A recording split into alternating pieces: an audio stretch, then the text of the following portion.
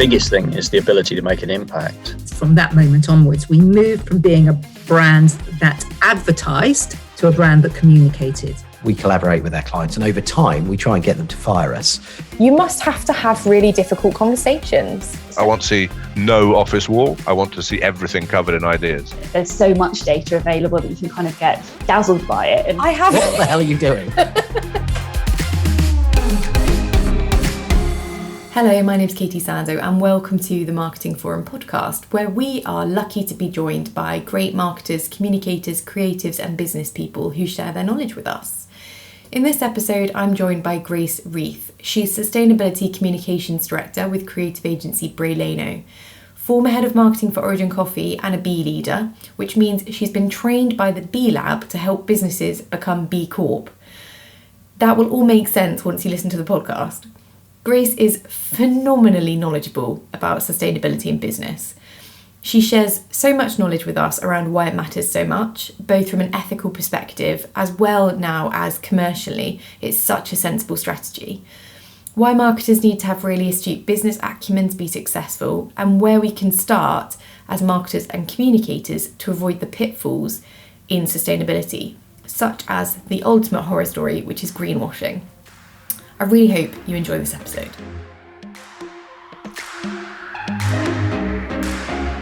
Hello, Grace. Thank you so much for joining me on the Marketing Forum podcast.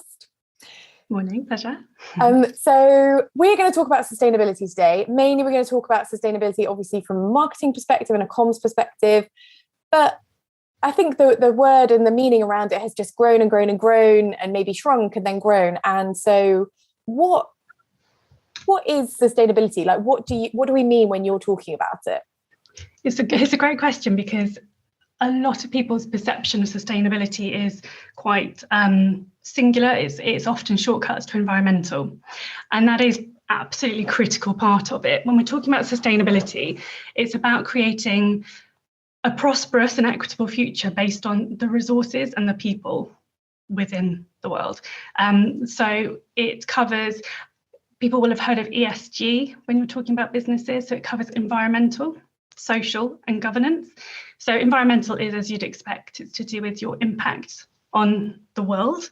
In terms of social, it's to do with customers, your workers, your suppliers, and the community in which you operate. And then from a governance perspective, it's when we're talking businesses, how you run your business to make sure you're doing it in a decent way and also in a transparent way. So the way you report on what you do as well. So making sure you're fully open and reporting on what you're doing and just keeping everyone up to date. So that is the framework that you would use. So when we talk about sustainability, you use the kind of ESG sense of saying this is multi-level always. Yeah, absolutely. I mean, I slice and dice it slightly differently, but it depends on the business in which you're operating in terms of what kind of areas, for example, when you're talking social, like how you want to then define it and split it out so that you can ensure that your initiatives are supporting kind of clear ambitions for example, your workers as an impact area versus, say, your community. So it depends how you want to kind of slice and dice it for your business. But yes, starting with environmental, social, governance, and then splitting down into your kind of key impact areas. And this is going to sound like such a stupid question, but why does it matter so much? Because I have to be careful about how I talk about this because for me, one of the really important things for marketing, well, for everyone at the moment, is the language they use when they're talking about these things, and not scaremongering, not being very extreme, because human reactions to that is kind of to shut down a little bit. Mm-hmm. But the reality is we have plenty, when we're talking environmental, we have plenty of data. We have the IPCC climate report, the kind of code red for humanity. We've got plenty of data, basically, just looking at the weather around the world at the moment, that's saying that we have a climate crisis. So from an environmental perspective, the impact business has on the world and we as individuals, but let's talk at kind of business level. It is crucial to how we kind of change our future from an environmental perspective. And then when you're talking social, I think we're all very aware ever more, and I think the last 2 years has kind of lit a fire to it, of social inequity in every facet. So again, if you think about businesses' role within that, it's pretty critical. So we need to kind of make some corrections in terms of the way that we operate. And business, there's a seismic shift. There's a change from a kind of traditional stakeholder model of capitalism, shareholder model of capitalism, in terms of big corporations. We are here literally just to make money for shareholders, for a few. And there's a kind of shift of responsibility and accountability to people going, hang on, but that's kind of clearly not working out.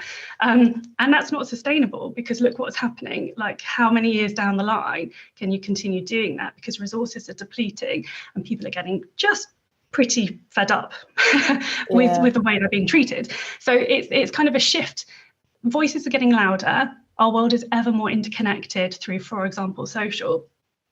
And business is now being held accountable for making those changes, so that they're no longer saying we are in this just for shareholder gain, to saying we are in this for wider stakeholder benefit. But let's make no bones about this. There is a very strong commercial argument for businesses doing this. This is absolutely, it's the right thing to do. Yes, be decent, be kind, look after the people around you in the world. But also, that's paying dividends for the businesses that are doing it well and authentically. And it's future-proofing businesses. There's a lot of legislative change coming through from government. You don't want to be on the back foot on any of that. Exactly. But also it gives having initiatives and really robust policies in place within a business where you're reducing negative environmental impact, having positive social impact. It's creating like real resilience for businesses. And what we're seeing, if you look at the financial markets, that helps give you kind of a really good, clear steer on where things are heading, because there's far greater investment from businesses in that. Investors are looking at ESG as a gauge, so how well businesses are performing, in order to kind of make assessments in terms of long-term viability. So there's a seismic shift going on in the world. Why is it important? Because all of the indicators and all the data are saying that we need to change the way that we're operating, and it's being driven forward by people. Sure. I think even depending on what business you're in, depends on what's necessarily going to motivate them. But I definitely think that kind of the long-term viability of businesses is going to start being challenged by those that don't, like you say, like start paying attention to some of this stuff. The other perspective that I think is interesting to look at is recruitment. So why does it matter again for people starting to think about? Yeah, absolutely. There's it was a Deloitte study in 2019, and I'm sure there will have been some since then, around millennials, but this isn't just looking at millennials, and it was looking at what was important to people in terms of the work they were doing. And there's been, again, a seismic shift in terms of people saying, these things are important to me as an individual. I don't want to leave my values at home when I go to work. I want to work with value-aligned businesses that I feel like they're making, this sounds a bit, but making a difference, like we're doing good stuff, or even not doing bad stuff. So there's definitely a huge benefit from an HR perspective in engaging really great talent, reducing attrition from those within businesses, and just changing engagement. It's like you say, like people are no longer in that headspace of work and life being completely separate, people are starting to take a little bit more of a balanced view. But why shouldn't? I think there's, you say like, oh, they're making a difference. Like, oh, is it like a bit cringe? But actually, the thing is there's plenty of really good businesses now that have proven that you can be a really good business and make a difference. It's no longer compromise. Yeah, absolutely. There's I'm trying to think of the name of the professor. I'll have to follow up with the details. And he's just written a book in terms of growing the pie. And it's about exactly that. And it's about the fact that these two things aren't mutually exclusive. And it goes back to that earlier point of there is clear commercial benefit of being a better business, doing good stuff and critically not doing bad stuff. Because it's not a question of, right, here's kind of the revenue. But we have to kind of slice some of that off to do some positive environmental stuff. We have to slice some of that off to, eye roll. Yeah, exactly. Oh, it's going to make the pie smaller. It's not about that. Actually, by doing these things, you are innovating, you're collaborating, you're growing. And then through that, actually, the financial gain is there. You're not having to slice and dice. You're actually growing the whole thing. So yes, you may be investing in certain areas that you weren't before, but actually, the kind of net benefit is there.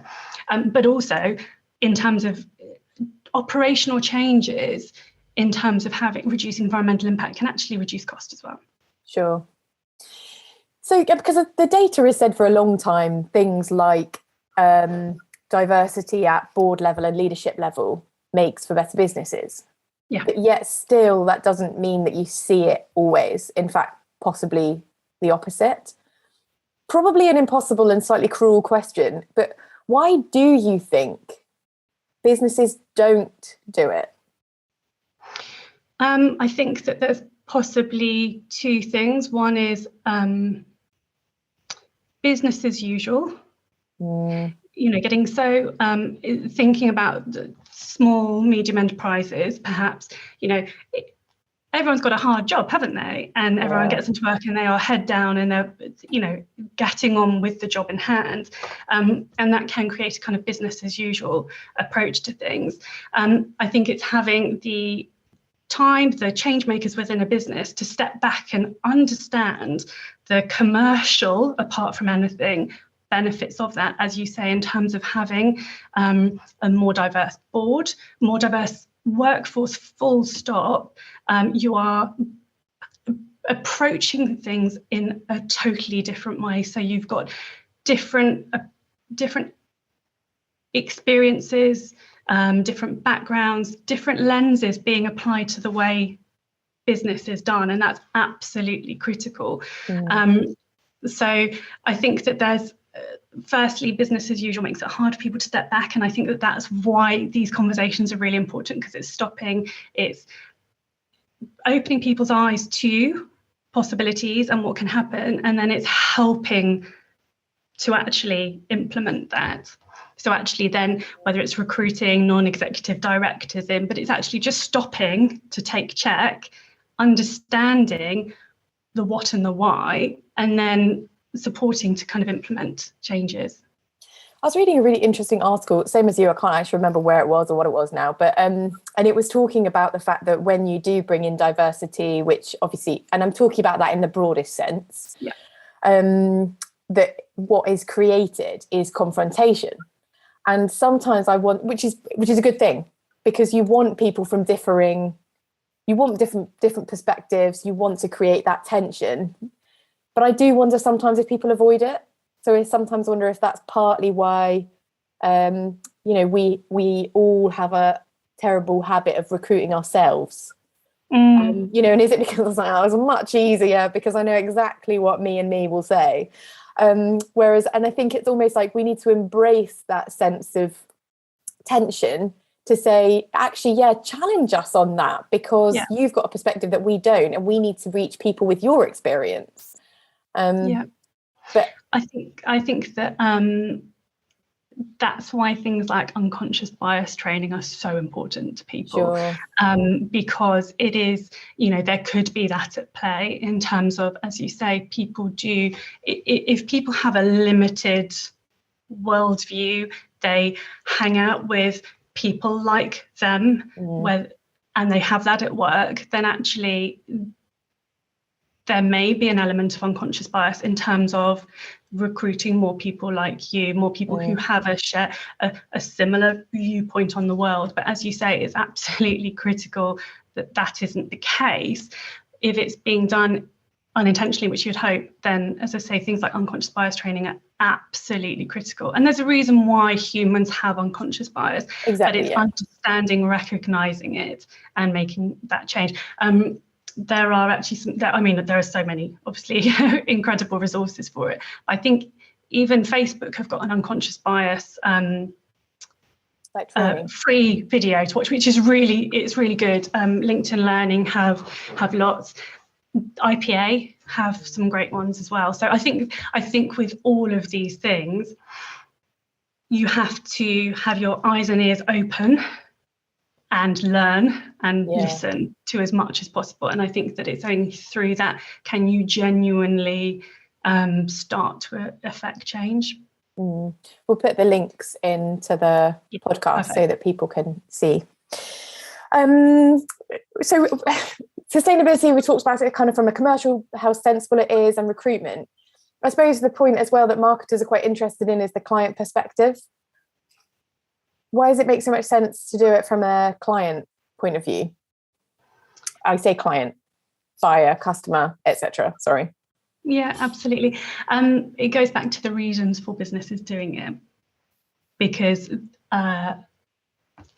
your audience, if you're talking, I kind of avoiding using the word consumer at the moment, because there's a lot of debate within marketing about the word consumer and whether or not that's a negative word. Because we're saying that our role is basically just to drive consumption. Feed consumers. I will just use the word audience for now, but that's obviously we're referring to that kind of end user group. As people, we are living and breathing what's going on around us and this kind of volatile world, this uncertain world. And as I say, people as individuals are looking to businesses to affect change. So there's first off a reason to do it, because you're behaving responsibly and you are supporting your audience in making the right decisions. So for example, by making changes within a business, you're enabling them to purchase products or services that will have positive impact rather than negative impact. So you're supporting them in their sustainability journeys as well. And you know, there's lots of other roles of marketing. It can be going back to kind of, I guess, if we're talking about the world of advertising, there's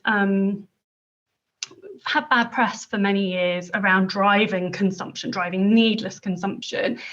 But actually, if we consider all of the kind of like the tools and the talent that we have that have enabled that, and we essentially kind of redirect that slightly to positive behavioural nudges, break things down, reframe things. So you're talking about positive futures rather than catastrophic futures that people are able then to sit comfortably within. And, you know, you break down things so that it enables people to make changes in behaviours, in the products and services that they're buying, which is supporting them. Yeah. I think one of the things that kind of sometimes grinds my gears is that I think that the media and big brands have a responsibility to lead the way, because they do have power, they do have audience, but they also do have, therefore, an ability to help. You know, like you've said before, nobody really knows all the answers to this stuff. So everybody's trying to do better, but there isn't like this pinnacle solution that we could all be using.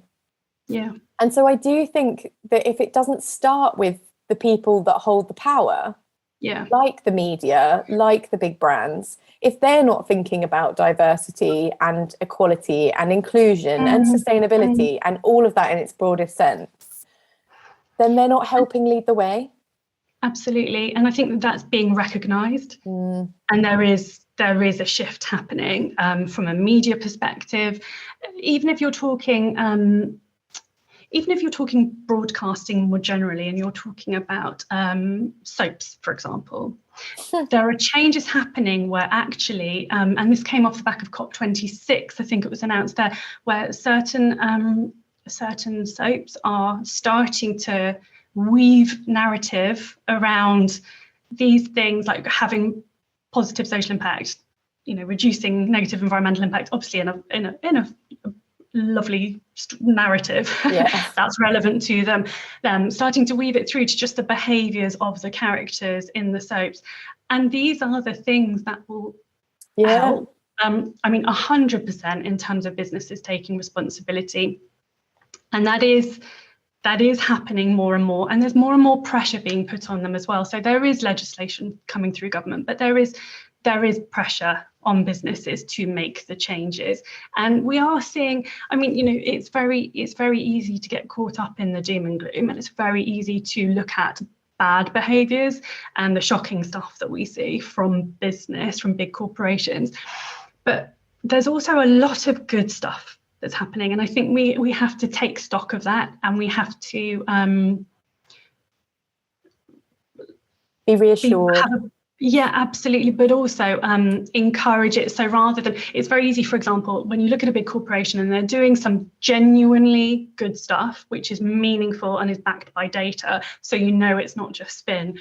It's very easy to go, but what about this part of the business? And yeah, absolutely, that's correct. But we also have to keep, this is not going to happen overnight. So we also have to keep positive and keep encouraging and keep supporting good behaviour.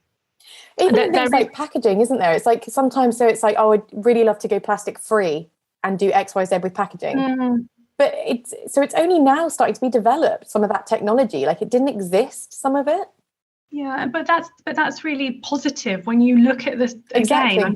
You look at that shift, and you look at, for example, all of the refill stations and refill models that are being trialled in different supermarkets at the moment, and you look at the reduction in plastic packaging that we're seeing across the board on products. We're seeing things like the plastic packaging tax come in April. We're seeing producer responsibility likely to come into play. So putting more and more pressure on businesses to take responsibility for the product, the packaging of the product, and how it's dealt with at end of life. There's also, there's amazing things happening in packaging innovation. When you look at Notula, for example, so kind of seaweed membrane that goes over to keep replace plastic for foods. So, when you think that could be used for cucumbers and used, they use them for like ketchup sachets and things like that. It's really exciting, and there's a lot of amazing brains in the world working on this. So I think that's from a marketing perspective, it's an exciting time. It's a time full of innovation. It's a time full of collaboration, because with all of these things, you're saying no one has all the answers. The key thing is just being really clear about where you are heading, what you want to achieve, and then just putting the steps, one step at a time, and just being open and honest when you're stumbling as well, but working with other businesses in order to achieve that. And I think that's a really fundamental shift as well, is that historically business has been very much like win or lose, and we want to win, and it's we are going to kind of beat our competitors, and that's shifting, and that requires a very different way of thinking and approaching things, to say, actually, we're all going to benefit if we all work together to find some solutions to this. Yeah, it's the old school. It's, if I win, you've got to lose, whereas it's not like that anymore. Yeah, that's exactly it. And I think a lot of conversations within this space they're not binary. Yeah. So I don't want to put words in your mouth, but but I'm going to. But what I hear from you is almost as well maybe an encouragement to say, don't be afraid to communicate about where you are, even if where you are is not perfect. providing your I think it's critical. I think from a comms perspective, when we're talking comms, I'm talking about hygiene communication. So I'm talking about the kind of reporting on what you're doing, and if that comes into, say, social, if it's the right place for it. Great. But the whole point of this is being open and honest. And if anyone is saying we are doing this perfectly, we know exactly what we're doing, look at us acing this, then alarm bells should be ringing, because no one is and no one has. There was a brilliant interview. It's a cliche because there are so many brilliant interviews, but with Patagonia, where they were saying exactly this, like, we don't have the solutions. We don't know what the answers are. We know what we're trying to achieve. We will do our best. We are doing our best. These are the steps we're taking. And we will, as I said earlier, stumble along the way, and we will be open and honest about that. Because also by being open and honest about it, you're helping other businesses to not go through the same process. So I think it's really important. I think with all of this stuff, it's being transparent. It's saying to people, this is who we are, this is what we're doing. I think when you talk about impact reporting, Ella's Kitchen do it really nicely. They have a very big, very robust report, which is beautifully in their tone. But actually right through it, they've got little smiley faces in red, amber, green, which just immediately pull out what they were hoping to achieve in that reporting cycle and where they are on it. And the red faces denote there's been something, the world is ever changing. You could have had plans in place and then a pandemic hit. Like, let's be realistic. We need to also... That would never happen, Grace. What a ridiculous thing to say. How extreme. But, that this is the thing as well. Nothing goes according to plan. Things change day in, day out within the world, within business. So we've also got to recognise that we need to be agile in the way that we're planning things, but also we need to understand we're not always going to succeed every single step of the way. Like you say, there's so many good examples out there. We need to look at them, not look at the bad ones, I think. So as marketers, like, take inspiration from what's good instead of being like, well, they're getting away with it. Exactly. Go on, sorry. No, I think on that as well, that's such a great point in terms of looking at other businesses, because what also comes out of all of this is, I've obviously already talked about innovation, but is innovative business models. It's a way of doing business that isn't necessarily a traditional way. It can be a way that can have far greater positive impact and can be a very refreshing, very interesting, very commercially viable way of businesses operating. And I think as marketeers, to be a successful marketer, I think you have to have really astute business acumen and be really embedded in every facet of a business. So you are well placed and well versed to affect change and help other people within the business obviously become ambassadors for positive change. It's an interesting point, isn't it? Because I think there are still businesses where marketing isn't embedded. And almost that is the first hurdle. Potentially. I think that's quite a big hurdle in many senses. I know. I mean, that is really challenging for people in that position. And I think it's how you can influence to show why it's really critical to be embedded within a business, but you have to kind of prove that, don't you? And you have to give everyone a reason to believe it. Internal stakeholders as important as external. Absolutely. But again, given that marketers from a communications perspective should be all over it, then hopefully we're well versed to be able to have those conversations internally, adjust our dialogue for different stakeholders and different, departments within a business to kind of prove the case, and why marketing's an integral part of that, as is actually every department within a business. When you're talking sustainability, has to be like totally baked through it. So one of the other things I wanted to talk to you about is B-corps. So you, I believe, are a B leader. I am. That's right. Tell us, so why is a B Corp such a good structure or infrastructure when looking for businesses that are trying to start this journey?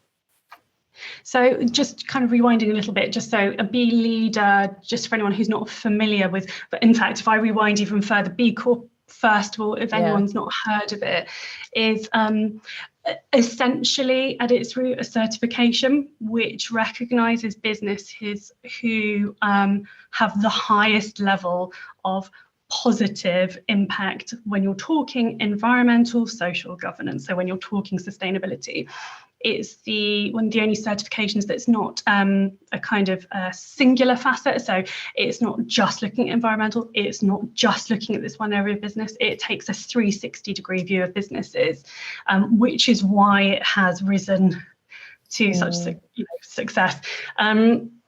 In terms of B leaders, so B leaders are trained by B Lab, which is the not-for-profit behind the certification, and we're trained by B Lab to support businesses through the assessment, which is one part of the certification process. And going back to your question, why is it such a good framework? So firstly, as I say, it covers environmental, social and governance. Within the assessment that you do to go through to certification, there are 5 impact areas which cover environment, governance, workers, customers, community, and that enables a certification to get a real deep dive on a business. It's not just looking at one facet, and it really does go into a huge amount of detail. It is not an easy assessment. I think Jamie Oliver, when he it was probably 2 years ago now, was saying about it's like you have someone rifling through your underwear drawer, and it really is, because it really needs to be. But because it is really hard to achieve, it means even more, doesn't it? So anyone who has B Corp certification really recognises in other B Corps what they must be doing to have achieved that. So what you also get is this really strong sense of community between B corporations, where there's a lot of support, there's a lot of working together, because then you're going to get an even more robust value chain. And it really just breaks things down for businesses. The assessment tool, so it's an online tool, which is really easy to navigate, and it's a free tool, so any business can use it. You don't have to, your end game doesn't have to be certification. You can literally, as a business, go onto it. There are roughly around 200 questions within the 5 impact areas. They serve slightly different questions depending on your business type, so how many employees, your sector. The first thing I'd recommend for businesses is go onto it, just spend a couple of hours just really quickly going through as many of the questions as you can.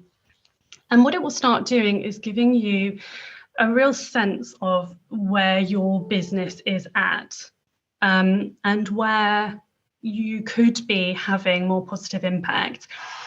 So it's not just an assessment, because within each question there's guidance. So it's not just, it's not like, do you do this? It's, do you do this? This is what we mean. This is some examples of businesses doing this to really good effect. And here's some resources as well through the knowledge base to guide you in doing this. And there will be, there's some which are kind of policies and essentially quick wins businesses can put in place that will actually have a really positive effect on a business in terms of considering certain things, and then there are some longer term things that can be put in place depending on what is right for that business, what the business does, what the team within the business are really kind of committed to and want to drive forward. So it's a really useful framework for actually just bringing questions to the fore and thinking about where you can improve what you're doing. It sounds, because obviously one of my questions for you is almost where should businesses start, because it can be overwhelming if you haven't engaged in this space, but actually it does sound like that framework to understand your gaps and your unknowns. It sounds like that's actually probably quite a good way to start. That's exactly it, because what you want is, as you say, if you don't know the questions to ask, you don't know where you could be improving things. So by breaking it down in this way and making it relevant to your business, you're being posed a series of questions and thought starters and thought provokers. And it's not to say every single thing that's being asked on this assessment should be implemented. It's suggesting areas. There will be some things that definitely should be implemented, but there's also just thought starters in terms of, for example, voluntary programs or well-being programs. All businesses should really have those, but depending on how you want to approach it, and as I say, is packed full of resources to help you do that. So yeah, it's a really good framework to start seeing where you're doing really well also, but potentially where you're not doing so well. From a marketeer's perspective, I think that it's quite interesting as well, because for me, I want to understand business inside out as a marketeer. Like, that's kind of our game, right? It's quite interesting to really understand operationally how a business is running, but then from a marketing perspective, how it's presenting itself. Sure. Because that's quite interesting to actually have data to back a purpose gap. So the difference between what a business is saying it's doing and what it's actually doing. And that can run both ways. It can mean that, we got a bit of greenwashing or purpose washing going on, which needs to be resolved. Or it can mean, actually, do you know what? You're doing some really incredible stuff in this space. No one's talking about it. Talk about it, because that's not it's not bragging, it's not being, it's actually, depending on the tone in which it's used, it's enabling your audience to make positive decisions. Also, it's other businesses can then sit up, see what you're doing, learn from it. So there's it's an interesting process to go through. In your role now, are you, if you're able to talk about it, are you working with clients around that are looking to become B Corps, or are you looking particular part of what businesses are doing? So in my role now, it's kind of split between, so I work within an agency, a creative communications agency, split between what we're doing as a business. Firstly, because you cannot be having conversations about businesses doing good if you don't have all the ducks in a row. So there's a lot of really exciting things going on in advertising and marketing in terms of how we can improve and have more positive impact. And actually, I can share some resources for anyone after this in terms of that, because the Ad Association, for example, has some great work streams around environmental, so Ad Net Zero, and around, for example, diversity, inclusivity, belonging. So they're all in work stream. So there are incredible resources that people can use, and that's obviously brands as well as agencies. So that's part of my role. My other role is the kind of client-facing part of my role. Yes, absolutely, B Corp consultancy is a strand of that, but that really is to enable a framework for the comms strategy, so the brand and comms strategy.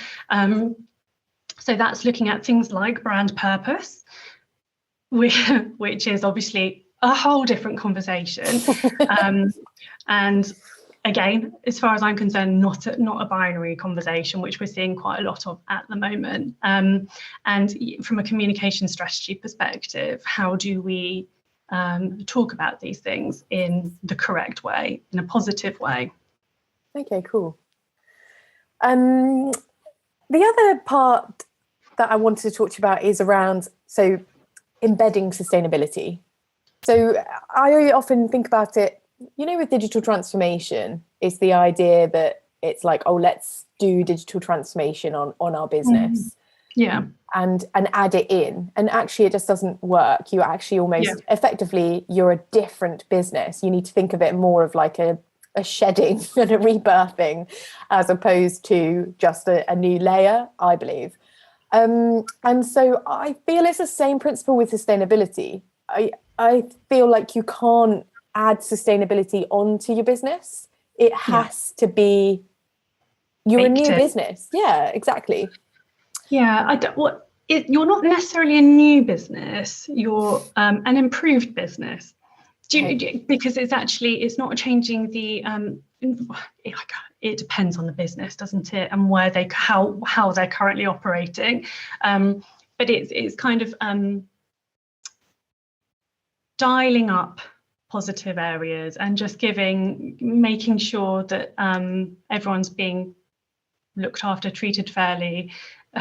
So it depends on the business as to whether or not it's a new business or whether actually it's just an improved, enhanced business, depending on where they started out. But yeah, absolutely. I mean, in an ideal, it's interesting, the analogy with digital, because I remember from agency side, when digital, this is kind of embarrassing, when digital became a thing, and I remember agencies had these digital teams pop up, and then after a while they kind of integrated them into the main body, which is kind of where you wanted to be, and there have been times where they're pulled out, put back together again, and sustainability is exactly that. So for example, there are a lot of sustainability roles at the moment, and that's brilliant, absolutely critical. It's really critical that these roles with experienced people are coming into play to help make these changes happen. However, for the changes to actually happen in a meaningful way, every single person needs to become a sustainability person. So it shouldn't be one person or a team of people within a business. It needs to be now to affect change, to actually start the momentum on this. But actually what you want to end up with is every single department within a business having sustainability ambassadors, or be everyone having it at the core of what they do, having it as part of their job description, relevant to the role in which they are doing. So yeah, absolutely, it needs to be part of everything you do, because you're talking about everything. You're talking from an HR perspective about the policies around how you're treating people, about fair pay, gender pay gaps, about diversity in the workforce and changing recruitment strategies to ensure against unconscious bias. You're talking from an operations perspective about manufacturing processes and how to avoid or reduce the amount of energy being used, water being used, the amount of waste. You're looking at supply chain, so you're looking at procurement in terms of value aligned supply chain, so you're not buying products from people who aren't doing good, or you're not supporting in the right way your suppliers to enable them to prosper. And then all the way through to your customers and how they're treated, and then the community in which your business operates. What are you doing for them? So it has to be, because everyone has a role to play, because it isn't a single facet. No, it's so I was going to say it's so much, and then I was like, no. It is so much, but it's so much. It's in a good way. I think it's so much. It's like you said, this is effectively there's a mass change management process going on. But that's it. But also all those bits I just talked about, the beauty of it is that they can all be sliced and diced, because that's not one person's responsibility, because it shouldn't be. So actually, it's a question of saying, right, this is kind of the best practice, or these are, for example, going back to the B-corp impact assessment, these are the questions being asked from HR. So how can you then work with, or how can HR work to review, implement these positive processes or approaches? And that goes for every single team. So it's actually about empowering people. Sure. And the onus not being on one person. So that's kind of the beauty of it. It might seem overwhelming, but actually it's quite the opposite, because it's a collective positive change, and the end benefits are really great. Like marginal gains at the end, you'll see significant impact. Yeah, absolutely. But it is breaking it down, and that's going back again to marketing communications and us avoiding doom and gloom language and terrifying things that will just make people shut down. It's also how can you affect behavioural change, and you can't do that by massive leaps. You have to do things by breaking them down and making small changes. That's why things like the 2-minute foundation are just brilliant, because it's talking about, okay, what can you achieve in 2 minutes? What can you 2 minutes picking up litter on a beach, or whatever it is. Sure. All these things add up. So it's actually trying to make it not overwhelming. Where can marketers start then? So I think obviously the pinnacle of avoidance is greenwashing. How do we avoid greenwashing? So the first thing I would definitely, and again we can share some links on this, make sure you brush up on the Green Claims Code from the CMA, which has just come out, or just come into force, should I say. Then also CAP Code and B-CAP Code environmental claims sections, because they are also really stepping up in terms of enforcing these codes. I don't know whether you've just seen the Oatly, I think it's 4 ads that they've just, and it's really critical, because unfortunately with sustainability coming to the forefront of the agenda and the rise in conscious consumption, if you like, marketers have jumped on that bandwagon, and whether often unintentionally as well, claims are going out there which are actually just really quite misleading. As I say, it may well be that is unintentional, but fortunately actually that ain't going to cut it anymore. So if you don't have it, the bizarre thing is, like, as marketeers, we have a responsibility to be truthful and honest. We wouldn't put out a product claim that we didn't have data and evidence to back. This is no different, and in fact, even more so. So, from an environmental claims perspective, the first question I'd also ask is, what's the benefit of putting that claim in communications? Are you doing something over and above anyone else? Like, what is so great about what you're doing? The word claim itself, I would question, because if you're literally just putting out a claim, is that really the approach? Because actually, if you're making meaningful changes within a business, the things we've just been talking about, you're kind of past claims.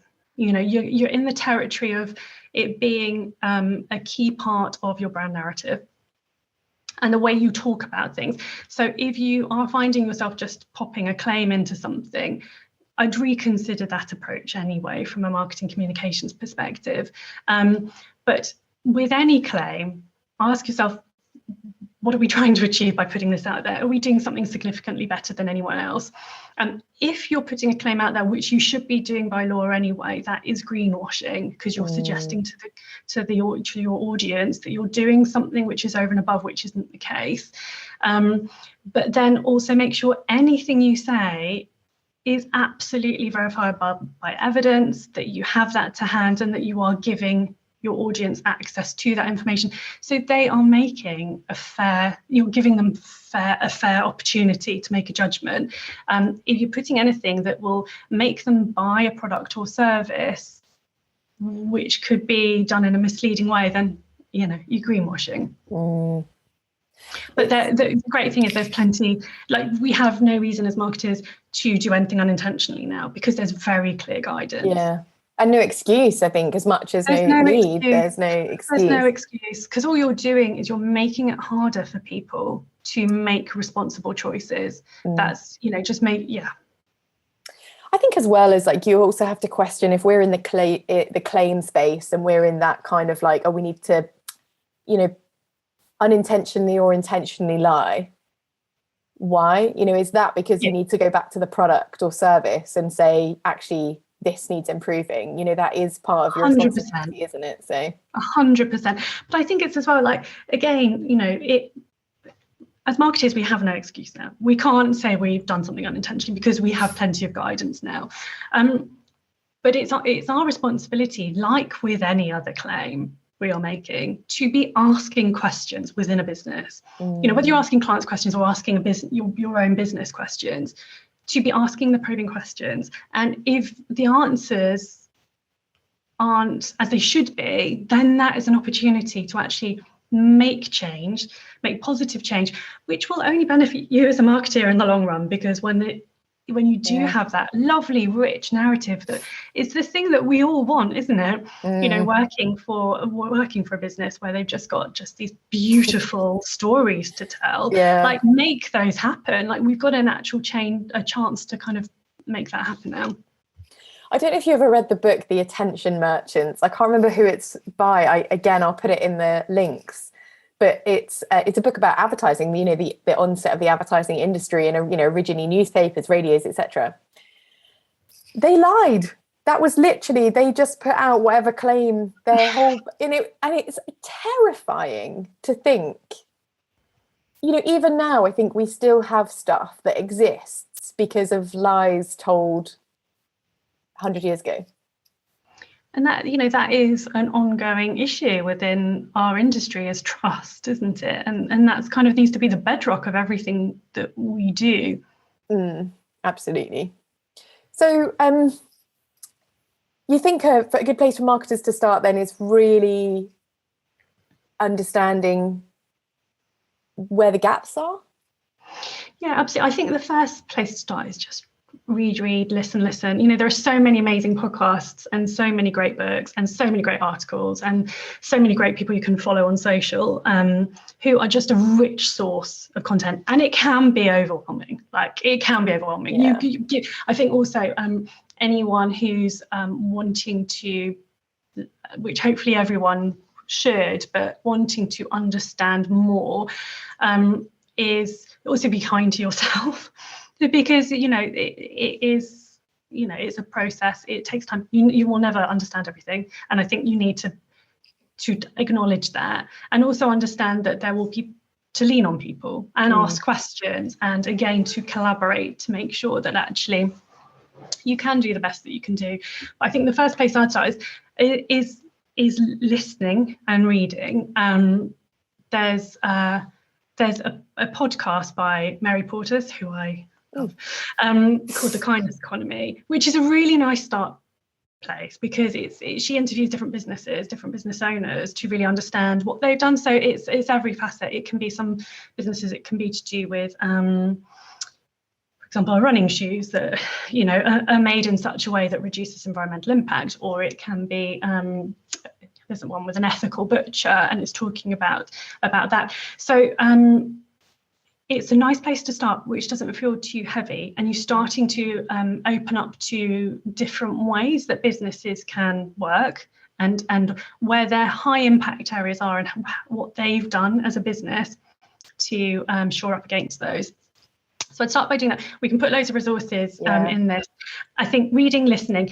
I do think, I sound like massively biased, but I will be. The B-corp impact assessment is a really good place because it is this 360. It's a free tool, and you can go and just use it as a kind of framework and guidance. And as you said, Katie, then you can see where the gaps are, and then you can have those conversations with the relevant departments to see what can be done. I think as well, within businesses affecting change through things like employee working groups. There will be people within the business who are passionate about specific areas. You can drive amazing initiatives or create amazing initiatives and drive them through by doing that.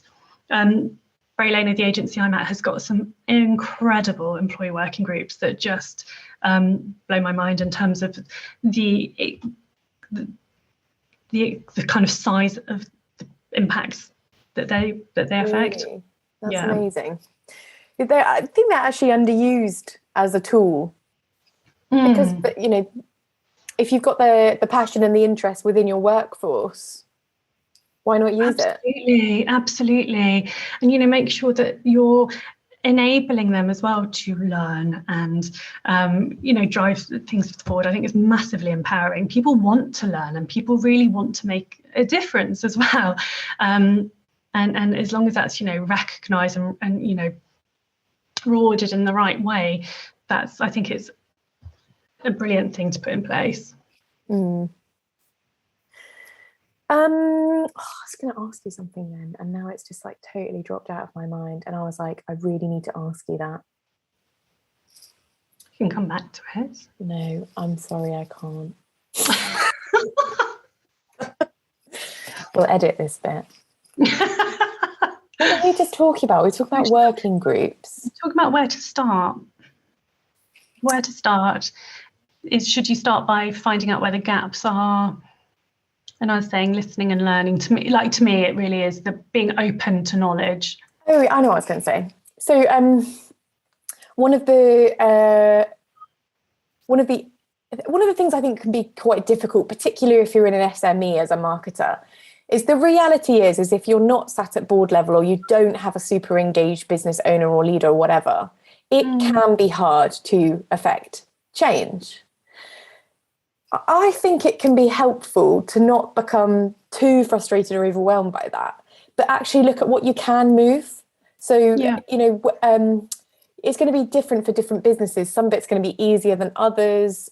But what can you move from where you are now and in that role? For example, if recruitment goes through marketing, which in some SMEs it does, can you take responsibility for evolving the process, adding stuff in, et cetera, et cetera, et cetera? Absolutely. Is there a diversity and inclusivity statement on each job ad? And then that can also allow you to reverse engineer conversations in terms of, is there a reason we don't have this? Do we have it written? Do you want any help in writing it? Sure. And then you can kind of go back through to that. And then what training is there for managers who are recruiting to ensure against unconscious bias? And us as a business, what do we stand for? And how diverse is our business? Like, do we measure that at the moment? Should we be surveying around diversity? Yeah. And also, are we putting the advert in the right place? We can't all sit back and be like, oh my God, we only got 50-year-old white men. And it's like, well, did you advertise where they go? Because no wonder. Yeah, that is absolutely fundamental. It's absolutely fundamental. It's being proactive and making changes to ensure that you are reaching a more diverse talent pool. But then critically also making changes within the business to ensure that new talent is nurtured. So in terms of career path mapping, in terms of specific support, mentoring. So again, then it's creating a nurturing environment, is creating a culture of belonging and inclusivity. So, these things all need to go hand in hand. But yes, that could start with you want us to post this job ad on LinkedIn, or we've just noticed that it's not got this, and that can create a whole conversation, exactly as you say, just from something that kind of touches marketing. So I guess then my question would be, is it a case of don't be afraid to start really small? I think absolutely. I think if you try and start too big, it will become overwhelming. I think it's just having a clear map in your mind. You can start small, but know what your end game is. Know what change you want to affect and why, and just be prepared to have those conversations, but also be prepared to adapt the way you're talking depending on who you're talking to dial up and down different benefits, because everyone's going to have a different reason for doing things. Everyone's going to have a different motivation. So it's just tapping into that and having those conversations. Oh, it's such amazing advice, because we do have a responsibility to make sure that what we're trying to achieve gets across. And so you do have to be flexible, don't you? You can't, and you know, your point at the beginning, going too extreme isn't helpful. It's very, I feel like, go on, sorry. And that can be hard to do as well. I find that the more you learn, the more you pull away from understanding maybe someone who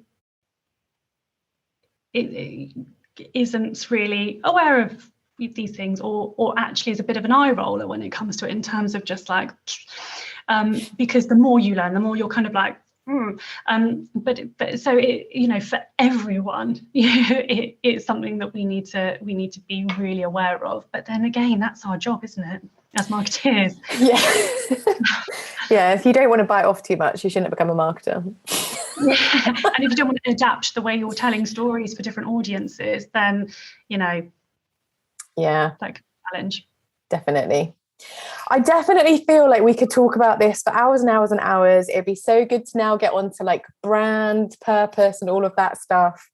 But I also have to remember that you have a job to do. As do you. I know. Thank you so much for joining us. It's been amazing to chat this through. I think you've given some really helpful starting points, but also not just starting points. So thank you so much. It's a difficult conversation in a way, or it can be, maybe it shouldn't be. I don't know. You're probably going to tell me off for that now.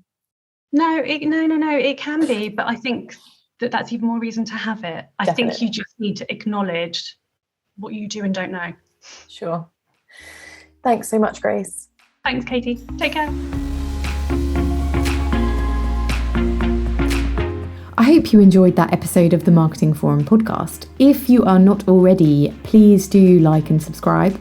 And you can follow us on social media or subscribe to our mailing list to find out more about episodes coming your way soon.